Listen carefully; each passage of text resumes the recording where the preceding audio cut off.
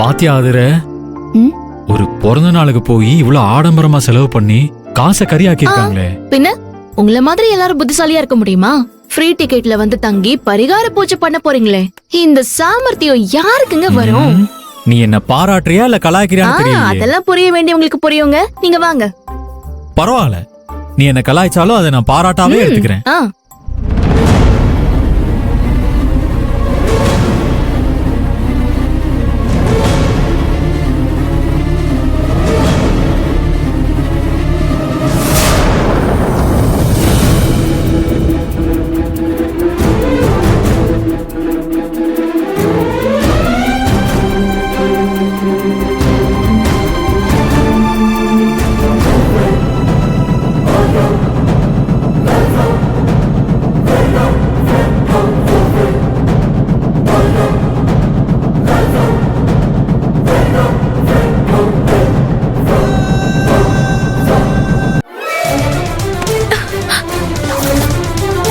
கண்ணு தெரியாது.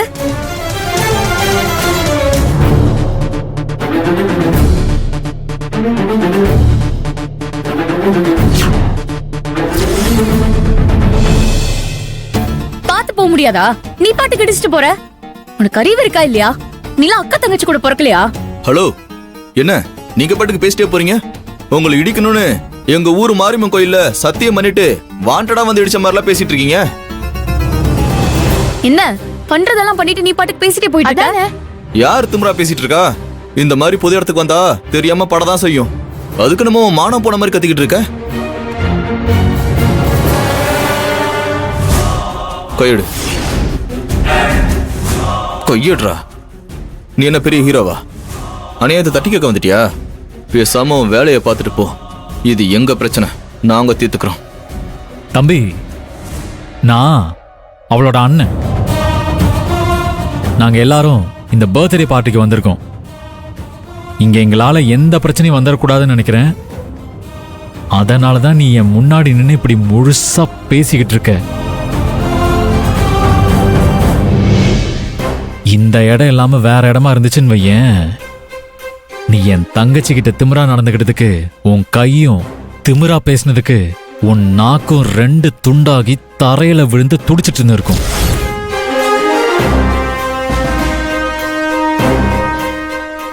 என்ன சொன்ன? பொண்ணுங்களை இடிக்கிறதுக்கு உங்க ஊர் மாரியம்மன் கோயில சத்தியம் பண்ணிட்டு வந்திருக்கேன்னு தானே கேட்ட. எங்க பொண்ணுங்க மட்டும் உன்ன மாதிரி அயோக்கிய பொறுக்கி ராஸ்கல் கிட்ட இடி வாங்கணும்னு எங்க ஊர் மாரியம்மன் கோயில்ல சத்தியம் பண்ணிட்டாடா வந்திருக்காங்க.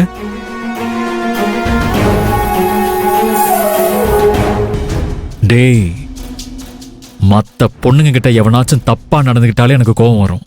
அடிச்சு கைய கால உடைச்சிருவேன். இதுல ஏன் தங்கச்சி கிட்ட தப்பா நடந்துகிட்டு திமிரா வேற பேசிட்டு இருக்க நீ? உன்னை என்னடா பண்ணலாம்? அண்ணே சாரிண்ணே, நான் வேணா இந்த பொண்ணு காலில் விழுந்து மன்னிப்பு கேட்கிறேண்ணே. இங்க பாரு, இன்னொரு தடவை உன்னை இங்க பார்த்தேன்னு வச்சுக்கோ, தூக்கி போட்டு ஒரே மீதிதான். இல்லண்ணே, நான் இப்பவே இங்க இருந்து ஓடி போயிடுறேண்ணே. என்ன விட்டுருங்கண்ணே. சரிண்ணே சரி. Sorry sir, sorry sir. பாரா, தங்கச்சி மேல அவ்ளோ பாசமா? பாசத்தாலே பயங்கரமா மிரட்டி தலைதறிக்க ஓட விட்டீங்களே. பின்ன என் தங்கச்சி மேல எவனாச்சும் கை வச்ச பாத்துட்டு சும்மா இருப்ப நினைச்சியா? உயிரோட வச்சு சமாதி கட்டிடுவேன், புரியுதா? நான் இருக்கேன். அண்ணே,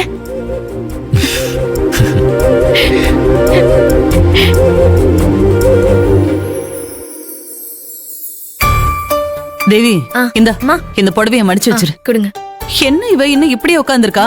ஆனந்தி, என்ன நீ இன்னும் இப்படியே உட்கார்ந்திருக்க? சீக்கிரம் ரெடி ஆயி கிளம்பு. மாமா, நீங்க முதல்ல ரெடி ஆயிட்டு போங்க. நான் கொஞ்சம் நோட்ஸ் எடுக்கணும்.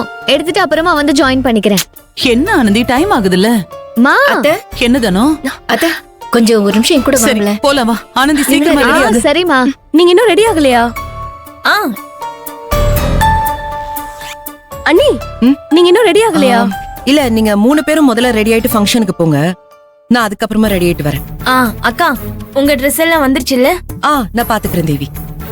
நீங்க எல்லாரும் முதல்ல ரெடி ஆகுங்க. சரிக்கா.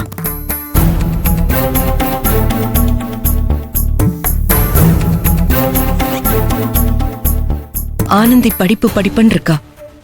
ஆனா அவளுக்கு நிச்சயதார்த்தம் பண்ணணும்னு மீனாட்சி அம்மா சொல்றாங்க.